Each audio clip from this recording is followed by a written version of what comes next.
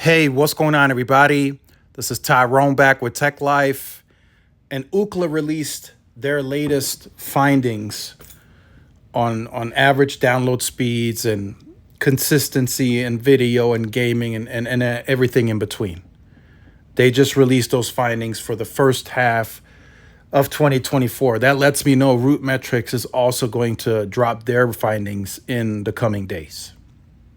So Verizon is clearly on fire as it comes to the C-band build. That is happening as quickly as humanly possible.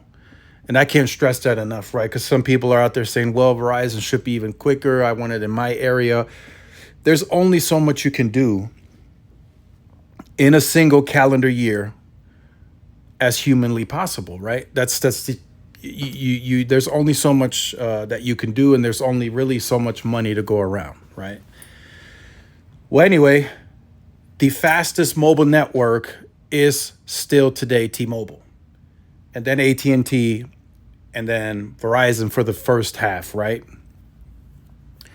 The issue Verizon is having with the overall network is, one, there are still some, there's still some C-band missing that they have to scale, which is understandable, right? They got it 2 years late. So they will eventually get there. But in those areas, too, they don't have necessarily the best sub 2 gigahertz holdings. So there's still some work that needs to be done there. And it clearly shows it here in this overall speed test, or these speed median speeds. Clearly shows it. So Verizon has more work to do, right? Densify those areas, get more CBRS out there where it's feasible. Hopefully that goes high power. And then, eventually those LTE speeds will increase. But for now, Verizon still has a ton of LTE traffic on the LTE network. But, as we change over to the 5G, the C-band build, like I said, it's happening crazy fast. You can't even imagine or put it into words how quickly Verizon is deploying the C-band. T-Mobile started this in 2020. Verizon at that time didn't even own any C-band. When T-Mobile started their 2.5 deployment, Verizon had 0 mid-band in their possession. And look at the speed difference, right? T-Mobile is at 265, Verizon's at 207. And Verizon still has another 40 million pops to go to deploy its C-band to the same matching scale of T-Mobile. So Verizon it's pretty damn impressive what they're doing. I'll be very honest. Yes, the overall speed is suffering a bit, and there's likely several explanations, right? Still a lot of band 13 only sites that haven't gotten upgraded. So those will get some of their other spectrum assets as well. So speeds will pick up naturally by default as they continue their upgrades throughout this rest of this year and then next year. But this C-band deployment, it's really one of a kind. As quickly as they're deploying it, as big of a scale that they got it to in that short of period of time. I will say it again. When T-Mobile started their 2.5 deployment right after the merger closed, Verizon did not own a single megahertz of mid-band in the C-band. And here we are today, right?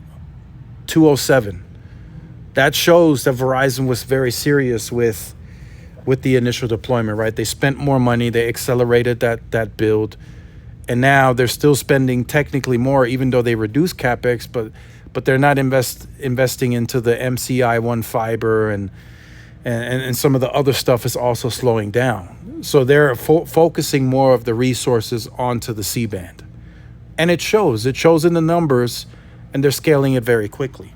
Now, they still have work to do. Keep that in mind. Like, even for my market, they are the speed leader, according to the city reports, the individual city reports on Ookla. Verizon is the fastest here. And they still have some sites without C-band. Now, T-Mobile got 140 megahertz, So we'll see once that retune and the optimization is done and the backhaul is fully scaled to multi gig.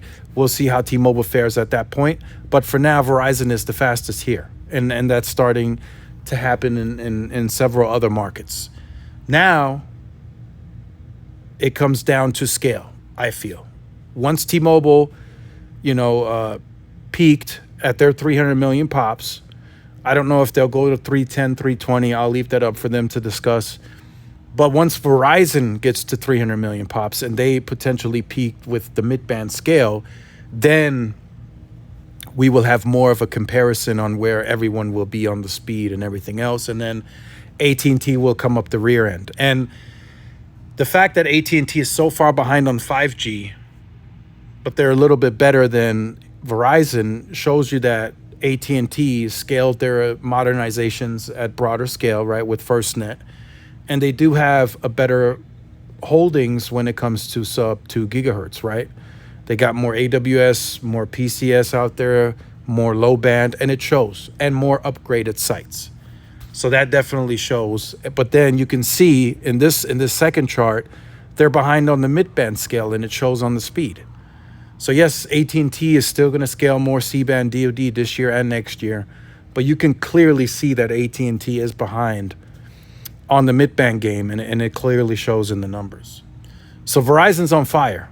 Their C-band deployment, likely the fastest we will ever see as it comes to a single mid-band layer being deployed, even faster than T-Mobile's, clearly. I mean, they started much later, and look at how close they are to really match in that scale.